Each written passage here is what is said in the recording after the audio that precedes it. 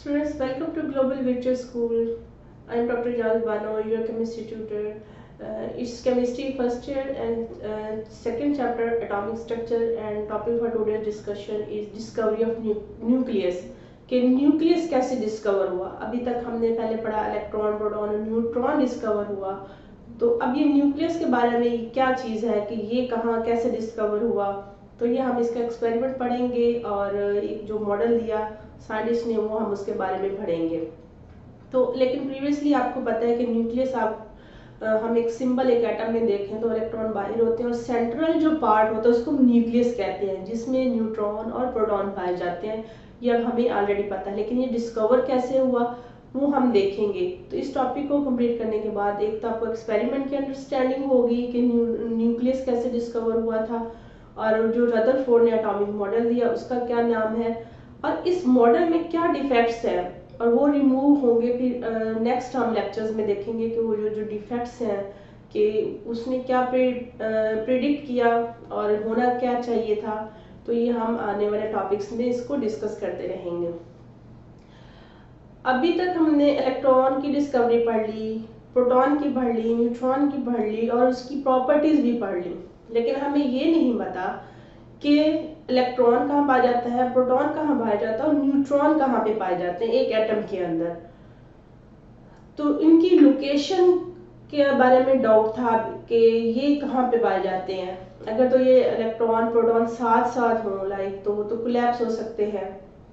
Neutron पे हमें पता है नेगेटिव कोई चार्ज नहीं होता, तो इसलिए ये एक एक्सपेरिमेंट किया गया। रदरफोर्ड ने एक एक्सपेरिमेंट परफॉर्म किया और डिस्कवर किया कि एक सेंट्रल पार्ट है जिसको न्यूक्लियस का नाम दिया, उसके अंदर क्या क्या पॉसिबल पार्टिकल्स हो सकते हैं। ये रदरफोर्ड ने यानी न्यूक्लियस की जो डिस्कवरी थी that was done by Rutherford. अब उसके एक्सपेरिमेंट का ये जो एक प्रॉपर जो एक अरेंजमेंट है, ये एक आप अगर इसको देखें तो यहाँ पे हमारे पास ये एक इसके अंदर एक रेडिएशन सोर्स है। ये रेडियम भी हो सकता है और ये पोलोनियम भी। आपको मैंने पिछले लेक्चर में बताया कि रेडियो एक्टिव एलिमेंट्स वो होते हैं जो रेडिएशन एमिट करते हैं, जैसे कि रेडियम है, पोलोनियम है। ये इस बॉक्स के अंदर रखा हुआ है जहाँ से अल्फा पार्टिकल्स को लिया गया है, क्योंकि ये एमिट करते हैं तो एक इसको विंडो दे दी जो अल्फा पार्टिकल्स है, और इसके रास्ते में एक वेरी थिन गोल्ड फॉइल रखेगी कि इसकी जो थिकनेस है वो 0.00004 सेंटीमीटर तक है। Very very thin gold particle, gold के फॉइल कि उसके अंदर गोल्ड के एटम्स होते हैं, ऑरम AU हम जिसको बोलते हैं। तो ये सारे ये यानी एक इतनी बारीक सी फॉइल है कि ये सारे एटम्स इसके साथ साथ ऐसे अटैच हुए हुए नजर आते हैं कि ये बिल्कुल ऐसे साथ साथ एटम्स होंगे। वैसे तो हम एटम्स को नहीं देख सकते, लेकिन इसकी इतना थिन है कि ये एटम की एक फॉइल बारीक सी रखी है और अल्फा पार्टिकल्स को इसके ऊपर बम्बार करवाया। और बाद में अब ये अल्फा पार्टिकल्स चूंकि यहाँ से पेनिट्रेट कर जाते हैं तो उसका देखना था कि ये कहाँ पे जा रहे हैं। तो उसके लिए साइड पे उसने पूरी एक फोटोग्राफिक प्लेट रखी, या उसको हम कह लें फ्लोरेसेंट स्क्रीन लगाई, कि जब ये अल्फा पार्टिकल इस पे बम्बार होके इधर उधर या कहीं जाती भी है तो जहाँ पे ये जाएगी तो वहाँ पे एक उसकी एक स्पॉट प्रोड्यूस होगा, वहाँ पे ग्लो प्रोड्यूस होगा। फ्लोरेसेंट स्क्रीन लगाई इस पर्पस के लिए। तो जब उसने ऑब्जर्व किया तो क्या देखा कि बहुत से स्पॉट तो जहां से अल्फा पार्टिकल आ रहे स्ट्रेट उसके सामने थे। इसका मतलब ये है कि अल्फा पार्टिकल स्ट्रेट पास हो गया।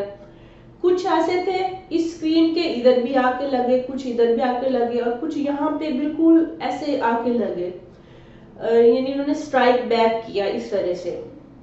तो उसने ये अब यहाँ से मैं एक छोटा सा पोर्शन, ये जो गोल्ड फाइल है इसको जूम करके हम देखते हैं कि यहाँ से एक पार्ट ये लिया हुआ इतना सा।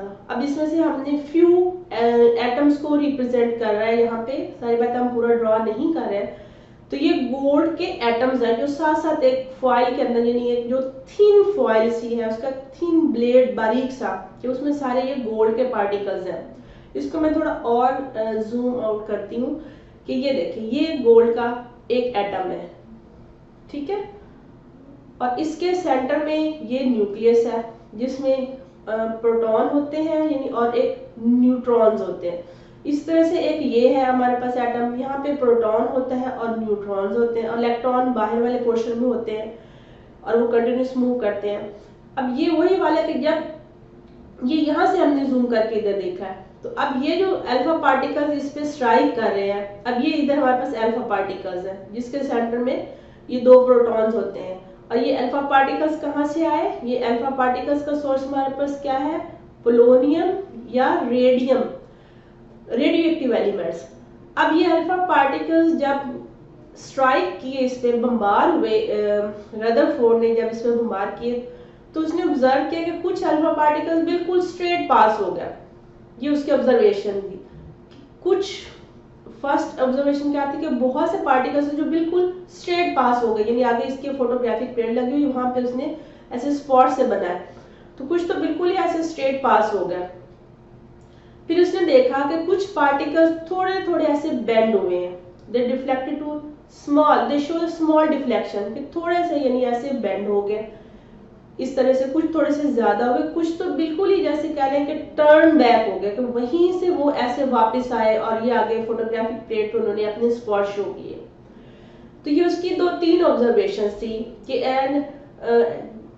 जब वो कुछ स्ट्रेट पास हुए, कुछ थोड़े डिफ्लेक्ट हुए और कुछ ज्यादा डिफ्लेक्ट हुए, तो उसने जो ऑब्जर्व किया, जो उसके बाद कंक्लूड किया कि an atom consist of a very small heavy and positively charge portion called nucleus. किस बेस पे?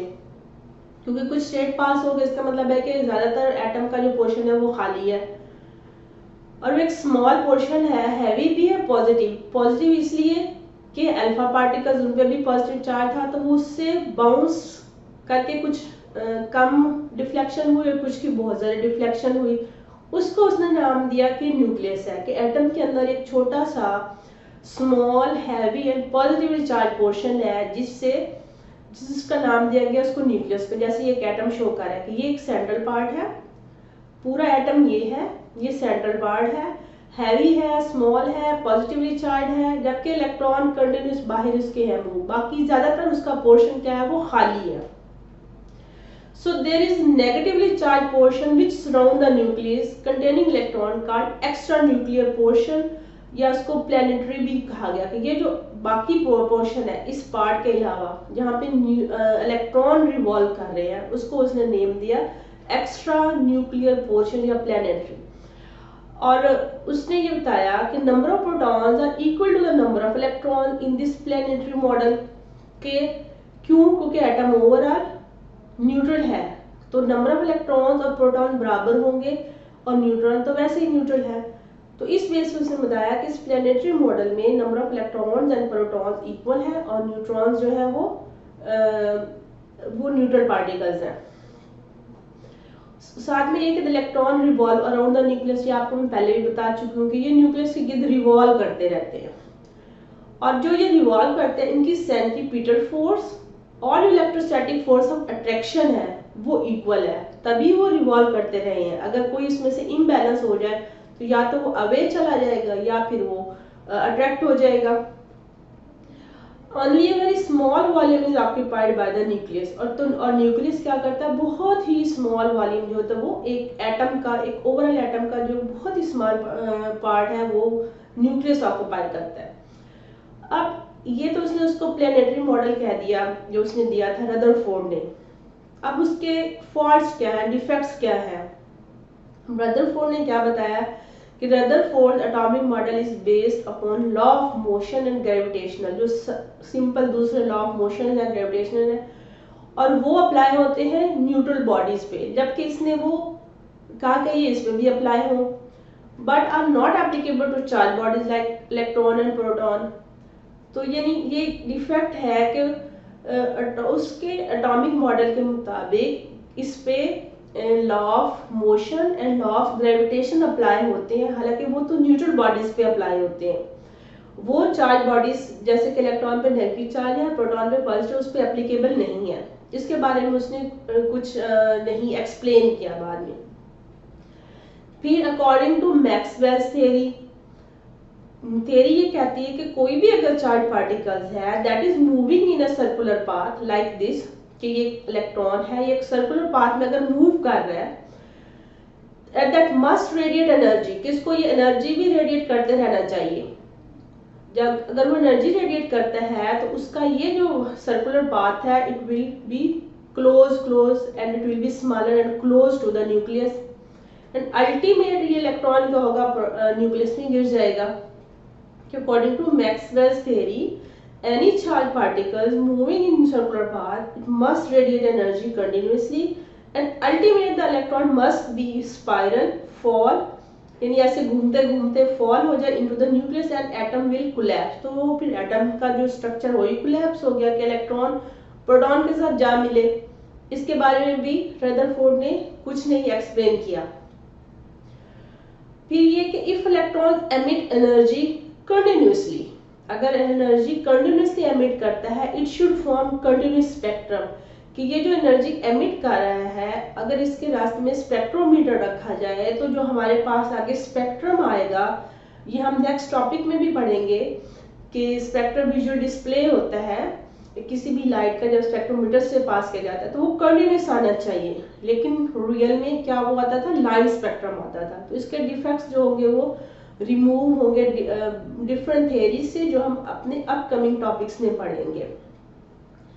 और इस टॉपिक में से जो क्वेश्चंस आपसे पूछे जा सकते हैं कि which particles are present in nucleus, very simple question, proton and neutron, they are present in the nucleus. What is the other name of Rutherford's atomic model, its other name is planetary model.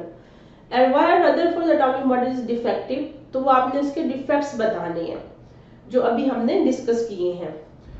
और students overall हमने इस topic में nucleus की discovery के लिए जो experiment वो हमने पढ़ा, रदरफोर्ड्स का एटॉमिक मॉडल या प्लैनेटरी मॉडल जो इसको है, जैसे हमारे एक सोलर सिस्टम का एक प्लैनेटरी मॉडल है कि अर्थ रिवॉल्व करती है सन के गिर्द, तो वो उसने बताया। और उसके डिफेक्ट्स को हमने डिस्कस किया कि जो उसने वो चीज़ें एक्सप्लेन नहीं की थी वो हमने ये सारा इस टॉपिक में डिस्कस किया। और हमारा नेक्स्ट टॉपिक जो होगा वो होगा by next science, that is Bohr's atomic model and its applications, वो हम पढ़ेंगे।